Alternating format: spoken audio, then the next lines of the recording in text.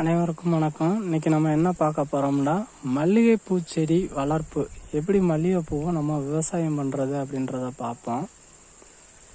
First மல்லிகைப்பூ எப்படிப்பட்ட நாற்றுகளை தேர்வு செய்யணுன்ற ஒரு முறை இருக்குது.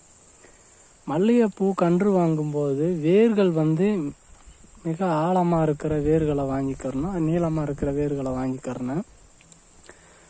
இலைகள் நல்லா அகலமாக இருக்கக்கூடிய இலைகளை தேர்வு செஞ்சு வேர் நீளமாக இருக்கிற வேரை வாங்கிட்டு ஒரு பதியம், ஒரு தூர் நடுறோம் அப்படின்னு சொன்னால் அந்த தூருக்கு 5 முதல் 4 முதல் 5 நாற்று வரையாக வச்சு நடணும். எவ்வளவு கேப்பில் நடணும் அப்படின்னு பார்த்தோம்னா 4 அடிக்கு ஒரு பதியம் வைக்கணும். அதாவது ஒரு பதியத்தில் 4 கன்று முறைப்படி 4 அடிக்கு ஒரு நாற்று நடணும், ஒரு பதியம் வைக்கணும். இந்த மாதிரி நடவு செஞ்சுட்டு சாதாரண ஒரு மல்லிகை செடிக்கு நம்ம உரம், தொழு உரமோ அல்லது ரசாயன உரமோ போடாமல் வளர்த்தா அந்த செடியை வெறும் களையை மட்டும் எடுத்துக்கொண்டு வந்தோம்னா 1.5 வருடம் எடுத்துக்கணும், நல்லா பலன் தரும். அதுக்கு முன்னாடி கொஞ்சம் பலன் கொடுக்கும். அந்த அளவுக்கு நம்ம எதிர்பார்த்த அளவுக்கு ஈல்டு இருக்காது. அப்போ என்ன பண்ணணும் அப்படின்னு சொன்னால், ரசாயன உரத்தை முடிஞ்ச அளவுக்கு பயன்படுத்துங்க மல்லிகைப்பூ செடிக்கு மட்டும். ஏன்னா எருவில் பூஞ்சைகள் இருக்கிறதுனால செடி நல்லா வளர்ந்த பிறகு கூட இந்த மாதிரி பட்டு போகும். இந்த செடியை பார்த்தீங்கன்னா பூஞ்சை நோய் தாக்கத்தினால இறந்துருக்கு. இது எரு வச்ச செடி பாருங்கள். இதோட தூர் பகுதியில் பூஞ்சை நோய் ஏறி இருக்கும். இப்படி இருக்கிற செடியை மருந்து ஊற்றி நம்ம சரி பண்ணிக்கலாம். இருந்தாலும் 1.5 வருடம் இப்படி வளர்த்த செடி இடையில செத்துச்சுன்னா நமக்கு தானே நஷ்டம். அதனால் முடிஞ்ச அளவுக்கு ரசாயன உரத்தை போட்டு நீங்கள் செடியை வளர்த்து கொண்டு வாங்க. உரம் எப்படி வைக்கணும் அப்படின்னா, சின்ன கன்றுகளாக இருக்குது அப்படின்னா அந்த கன்றை விட்டு 1/2 அடி அல்லது 1 அடிக்கு அந்த புறத்தில் செடியை விட்டுட்டு அந்த தூரக்கு தள்ளி ஒரு அடி கேப் விட்டு நீங்கள் உரம் தோண்டி வைக்கணும். மேலே போடாதீங்க. மேலே உரத்தை போட்டீங்க அப்படின்னு சொன்னால் அந்த உரம் என்ன ஆகும் அப்படின்னா புல் எடுத்து சாப்பிட்ரும். மேலே தண்ணியில் கரைஞ்சி புல் சாப்பிட்ரும். அதனால் வெட்டி உரத்தை நீங்கள் பயன்படுத்துங்க. இப்போ இது இளங்கன்று இந்த சைடு நட்டுருக்கோம். இது பார்த்தீங்கன்னா இளங்கன்று. இப்போ இந்த கன்றுக்கு நம்ம உரம் வைக்கிறதா இருந்தால் எந்த இடத்துல உரம் வைக்கணும்னா, இப்படி பார்த்தீங்கன்னா 1 ஜான் 2 ஜான் இங்கே தான் நம்ம குழி எடுக்கணும்.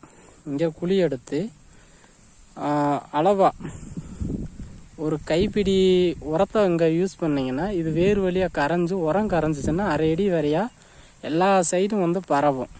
அப்போ அந்த செடி சைடு போகும்போது செடி சாகாது. ரொம்ப பக்கத்தில் வச்சிங்கன்னா செடி பட்டு போகும். இது 2 மாத கன்று. 2 மாதம் நட்ட 1 மாதம் அல்லது 1.5 மாதத்துல இருந்தே நம்ம உரம் போடலாம். இப்படி நீங்கள் தொடர்ச்சியாக மருந்து எல்லாரும் ஒரு தப்பு பண்ணுறாங்க. தொடர்ச்சியாக விவசாயிகள் மருந்து அதிகமாக பயன்படுத்துகிறாங்க. செடி நல்லா பூக்கணும், நல்லா புழு இல்லாமல் இருக்கணுன்றதுக்காக மருந்தை 3 நாளைக்கு ஒரு முறை அடிக்கிறாங்க. அப்படி நீங்கள் அடிக்கும்போது செடி மலட்டு செடி ஆயிரும்.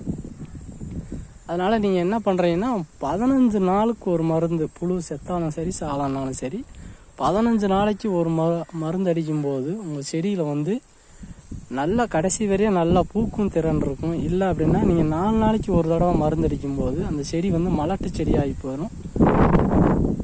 மருந்து அடிக்கிற முறை இந்த மாதிரியான முறையில் தான் மருந்து அடிச்சுக்கிறணும். உரம் போடுறது அவ்வளோ கேப் போட்டு தான் உரம் போடணும். மல்லிகைப்பூ எல்லா சீசனுக்கும் வருமானு கேட்டால் கண்டிப்பாக கிடையாது.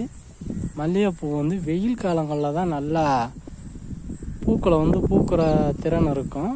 மழை காலங்களில் சரியாக பூ பூக்காது. அப்படி மழை காலங்களில் பூக்காத காலகட்டங்களில் ஒரு செடியை பூக்க வைக்கணும் அப்படின்னு சொன்னால் நம்ம எதிர்பார்த்த அளவுக்கு பூக்க வைக்க முடியாது. 10 கிலோ பூக்கிற இடத்துல 2 கிலோ பூக்க வைக்க முடியும். அது எப்படின்னா, மழைக்காலங்களில் பனி விழுகும். மழைக்காலம் முடிஞ்சோடனே பனி விழுகும். இப்போ கார்த்திகை மாதத்துல தான் அதிகமான விலை போகும். அப்போ அந்த டயத்தில் பூக்க வைக்கணும்னா மேலே படுதா அல்லது கேர்பை இப்படி யூஸ் பண்ணி மூடிடுங்க. உங்களால் எது முடியுதோ அதை வச்சு மூடிடுங்க. எப்போ மூடணும் அப்படின்னா பகல்லலாம் ஓப்பன் பண்ணி விட்டோம்னா 5 மணிக்கு மேலே மூடிடணும். பனி அந்த படுதாவிலே நிற்கிறது மாதிரி ஆகும்.